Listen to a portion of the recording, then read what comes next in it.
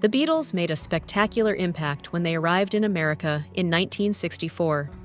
Having taken the UK and Europe by storm in 1962 and 1963, the band were among the world's biggest stars.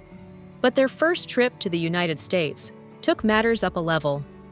John Lennon, Paul McCartney, George Harrison, and Ringo Starr were greeted by 5,000 adoring fans at New York's JFK Airport as they landed on February 7th. More than 73 million Americans tuned in to see their historic premiere on February 9th's The Ed Sullivan Show. The success of the Beatles' first tour of the United States was, in Paul's opinion, very important. He warned manager Brian Epstein that the band shouldn't go there until one of their songs reached #1 in the US. It was "I Want to Hold Your Hand" that became the smash. It became #1 on February 1st, 1964, less than a week before the Beatles' arrival in New York, after being released on November 29th, 1963, in the UK, and on Boxing Day, 1963, in the USA. Paul McCartney had relocated from his boyhood home in Allerton to the Asher family house, where he and John McCartney were based, and this is where the song was created.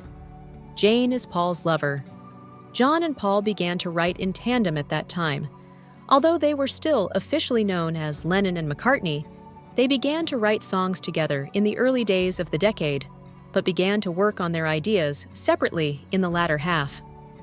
In an interview with Playboy from 1980, John recalled working on "I Want to Hold Your Hand," with the songwriter saying, "We wrote a lot of stuff together, one-on-one, eyeball to eyeball."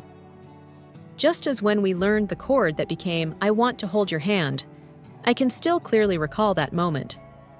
Although it didn't reach UK record stores until October 1964, the song had been recorded on October 17th, 1963.